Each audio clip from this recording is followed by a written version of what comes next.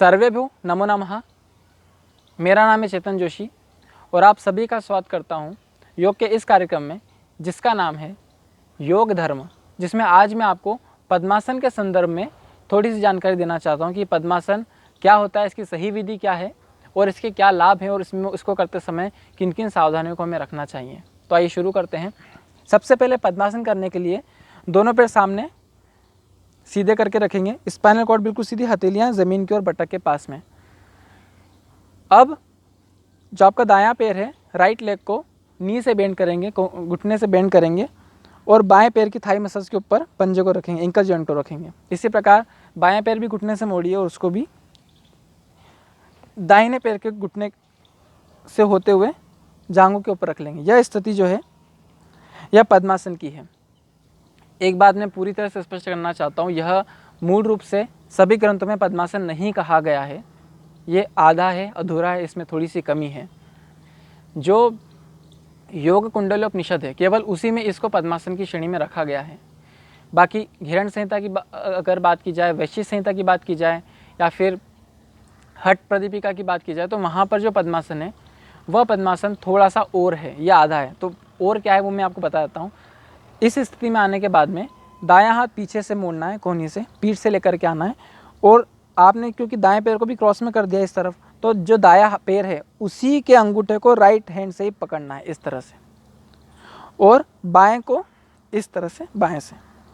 आपको हाथों को पकड़ते समय क्रॉस नहीं करना है, दाएं हाथ से दायां पैर ही पकड़ना है और बाएं हाथ से बायां पैर ही पकड़ना है इस तरह से। पीछे से भी मैं आपको दिखा दूंगा स्थिति कैसी है।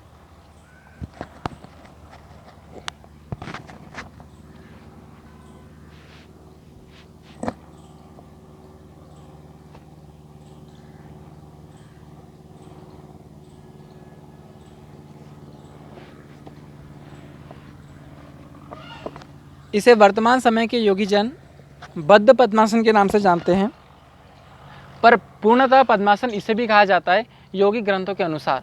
इस पद्मासन को कर लेने से, इस पद्मासन के संदर्भ में कहा गया है कि सर्व व्याधि विनाशन, जितनी भी व्याधियाँ हैं, व्याधि अर्थात जितनी भी बीमारियाँ, जितने भी विकार है, उन सभी का नाश हो जाता है।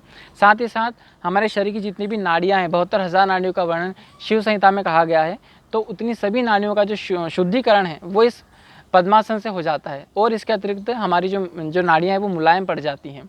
साथ ही साथ आपके चेहरे पर कांति बढ़ती है, एक आभा, एक अलग ही ओज प्रकार का, एक अलग ही तेज आपको दिखाई देता है जो भी लोग पद्मासन करते हैं उनके चेहरे पर। इसके अतिरिक्त जो ब्लड प्रेशर वाले जितने भी रोगी हैं उनका ब्लड प्रेशर कंट्रोल रहता है, नियंत्रित रहता है इस पद्मासन को नियमित रूप से कर लेने से। साथ ही साथ आपकी जो सुषुम्ना नाड़ी है, ईड़ा, पिंगला और सुषुम्ना जो की प्रमुख नाड़ी, इसको जागृत करना ही एक योगी का अल्टीमेट गोल होता है, उसका एक लक्ष्य होता है। उसका योग करने का प्रयोजन ही सुषुम्ना नाड़ी को जागृत करना होता है। तो ये सुषुम्ना नाड़ी का जागरण कैसे होगा, तो इस पद्मासन को कर लेने से उसकी सुषुम्ना नाड़ी का जो है जागरण हो जाता है। और फिर अगर आप इसको लंबे समय तक करते हैं तो पैरों में जो रक्त का प्रवाह है, अभी भी आप देख सकते हैं जिस तरह से मैंने पैरों को लॉक करके रखा है, पैर बंद गए, इस तरह से हमने पैरों को ऐसे बांध दिया है। तो इसके बंधन करने से जो ब्लड का फ्लो है, जो रक्त का प्रवाह है, वो पैरों में रुक जाता है और ऊपर के जितने भी ऑर्गन्स है, चाहे फिर हमारे प्रजनन तंत्र हो या हमारे पाचन तंत्र हो, हमारा रेस्पिरेटरी सिस्टम हो, हमारा ऊपर के जितने भी ऑर्गन्स हैं उन सब पर बहुत अच्छा प्रभाव पड़ता है, क्योंकि वहाँ पर ब्लड का फ्लो बढ़ जाता है। पैरों में ब्लड का फ्लो रुक जाने से बाकी जो ऑर्गन्स है वहाँ पर बहुत ज़्यादा प्रतिकूल अनुकूल प्रभाव पड़ता है। इसलिए यह आसन बहुत ही महत्वपूर्ण है आपके सभी रोगों को दूर करने के लिए। इसलिए इसमें कहा गया सर्वव्याधि विनाशनम। सावधानी की अगर बात करें तो कोई विशेष सावधानी की आवश्यकता नहीं है। बस जिनको घुटनों में दर्द है, कमर में दर्द है, वो लंबे समय तक इस आसन को ना करें और कोई विशेष सावधानी की आवश्यकता बिल्कुल भी नहीं है। लेकिन अगर आप योग से अभी भी जुड़े हैं, आपको ज़्यादा जानकारी नहीं है, तो मैंने योग में किन किन सावधानियों को रखना चाहिए इस पर वीडियोस बनाई, आप जाकर के डिस्क्रिप्शन में ज़रूर उन वीडियोस को भी देखिए। पद्मासन एक बहुत विशेष आसन है। शास्त्रों में इसके बारे में क्या कहा गया है, मैंने इस पर भी एक वीडियो बनाई है। ये क्योंकि शॉर्ट वीडियो है ताकि आपको केवल पद्मासन के बारे में नॉर्मल जानकारी मिल जाए, पर शास्त्रों में पद्मासन को उनके मंत्र श्लोकों के साथ मैंने पूरा वर्णन किया है।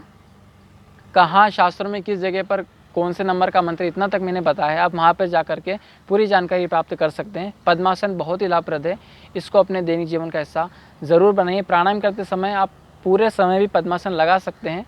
और अगर आप प्राणायाम नहीं करते हैं, अगर आप प्रारंभिक अभ्यासी हैं, अगर आप केवल आसन ही करते हैं, तो 1 मिनट तक इस आसन को आप ज़रूर करें, तभी आपके सभी जो आपको लाभ है वो मिलने लग जाएंगे। आज के लिए इतना ही। बहुत बहुत धन्यवाद।